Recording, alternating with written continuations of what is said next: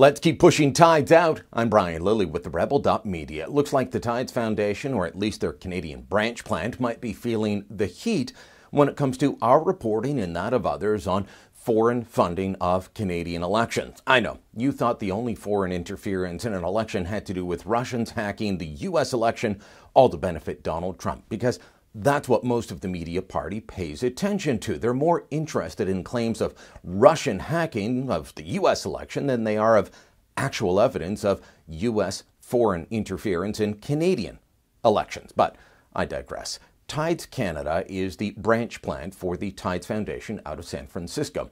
Now, we've been talking about the TIDES Foundation out of San Francisco, American money coming up to fund Canadian political operations for NGOs in this country.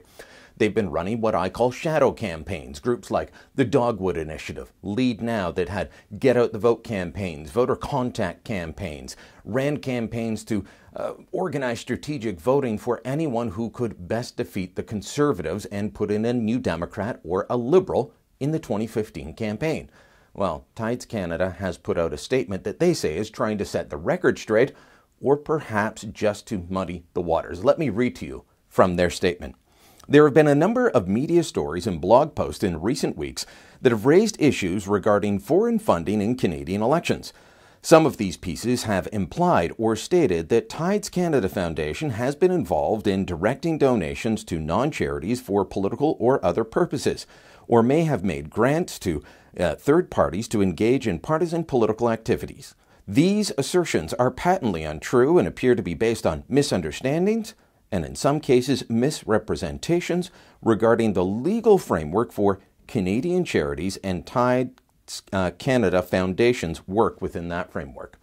They go on to talk about how they follow the Income Tax Act in Canada. They've never donated to politicians or political parties. All of that's fine. I don't know about everybody else, but I know in my own work and on our Tides Out campaign, we haven't been focused on TIDES Canada. We've been focused on the head office out of San Francisco.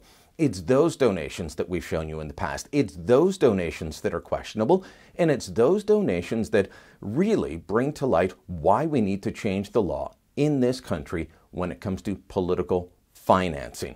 We need to change the laws to take away the focus of just looking at what somebody spends in an election ad in a newspaper, and also focus on where the money's coming from. Is it coming from outside the U.S.? Right now, there's a big loophole. Take the money 6 months and 1 day before the election, you can take as much foreign money as you want. The second problem, and this is what we've been talking about in our Tides Out campaign, is the fact that you can run these shadow campaigns, these Get Out the Vote campaigns, and it's all completely legal. You could do it with money from Tides and the Americans, or you could do it with money from the Saudi government, the government of Iran, the government of China. All of these governments might have an interest in changing the outcome of a Canadian election to make sure things go their way. And that's what we need to be guarding against. Tides, compared to what we could be facing down the road, would look mild. It would look like chump change.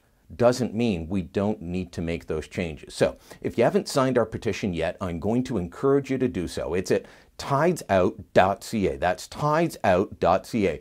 Make sure you sign the petition, share it on social media, and spread the word. TIDES Canada is trying to muddy the waters. They're trying to say that people are picking on TIDES Canada. We're not. We're picking on the foreign foundation, the one based in San Francisco, and we're trying to change the law for a good reason. Go now. Tidesout.ca. That's tidesout.ca. If you like the Rebel video you just watched, make sure you never miss another one again. Click here to subscribe.